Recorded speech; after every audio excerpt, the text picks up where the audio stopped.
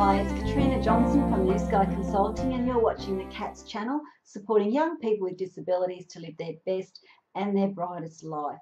And I'm bringing to you a series of blogs about the NDIS, really just sharing with you what it is that I know and understand of the NDIS and its introduction.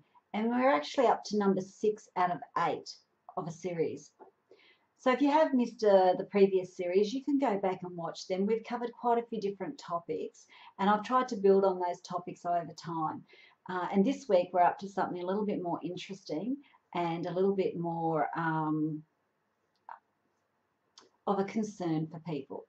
So a lot of people entering the NDIS will be people who are transitioning from the funding and the supports that they use and have now to being funded under the NDIS. And for many of you, you may be really wondering and worried about that transition, so how it will happen, what it will look like, and mostly you're probably wondering, what will I lose under the NDIS? Well, as a manager of a service for young people with disabilities, we too really do wonder what the transition is going to look like for us in providing the services. We do worry and wonder and have concerns about, how much funding we will have to continue to do the work that we do. So I understand why there is worry for you in terms of funding and what you may lose and what you may gain and the uncertainty of it all. But we know that there's no guarantees as service providers, because we are being told that we need to move to more of a business-based model of service delivery. So we're very aware that there are big changes, and that funding and the way we're funded is one of the biggest ones. We also know that if we focus on the worry and the uncertainty of it all, that means we're not going to be focusing on the opportunities that it also will present to us as an organisation that wants to really change the lives of young people with disabilities. So sure, we know things are going to be different. And yes, we may not get the same level of funding that we get now to do the things that we do. But does this necessarily mean that we can't exist? And does it mean that we don't have anything of great value to offer people with disabilities? Well, no, it doesn't. It just means that the way we're going to do it and the way we're funding and how we get our funding is going to be different. And it's not dissimilar to families and people with disabilities in terms of deciding how we respond and react to it, whether we do just sit in the fear and worry of it all, or whether we take a more proactive approach and response to it, because you do know a certain degree about it, and you know what it's going to take to plan for it, because we've talked a lot about that. So it's taking what you do know and progressing it forward from there. So coming back to that question of what will I possibly lose under the NDIS, I can only tell you what I do know about that, and that is that there exists at the moment an intergovernment agreement for the NDIS launch. It's called the IGA.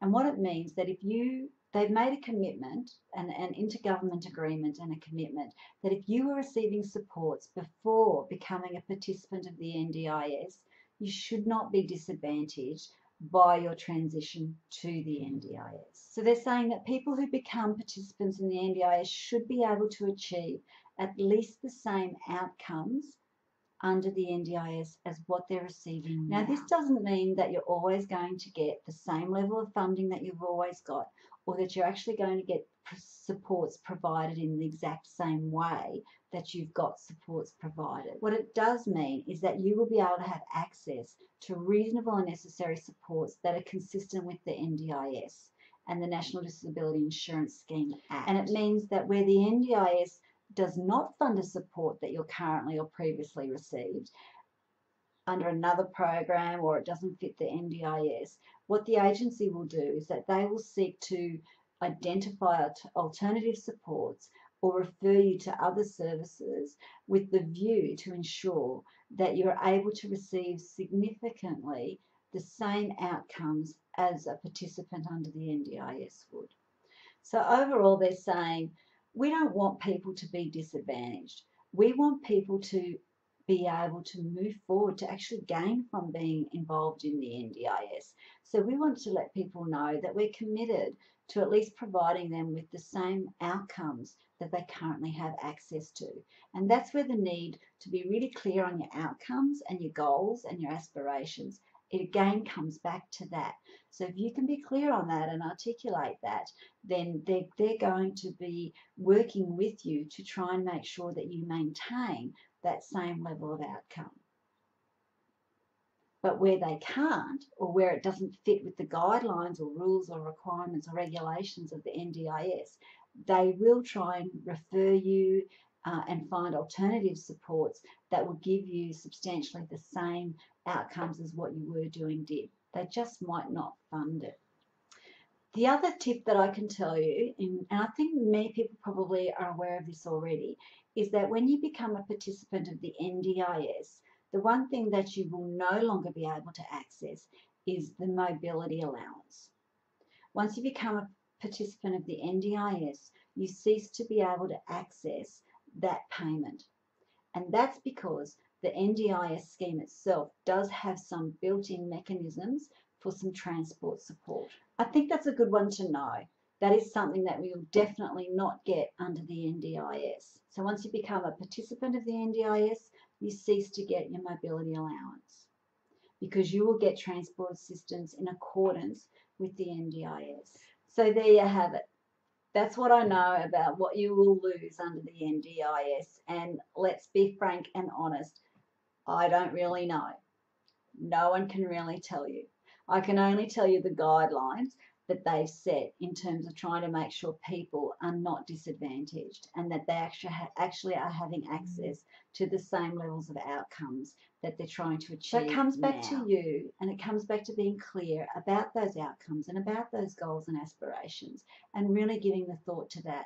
So go back to the previous blogs, access that worksheet, start to make those notes and have those thoughts around it, because it will make a massive difference to your planning meeting with the NDIS. So there's no crystal ball, no guarantees, but let's be honest, we really don't have guarantees now with the way that we're funded. So it's not something completely new there.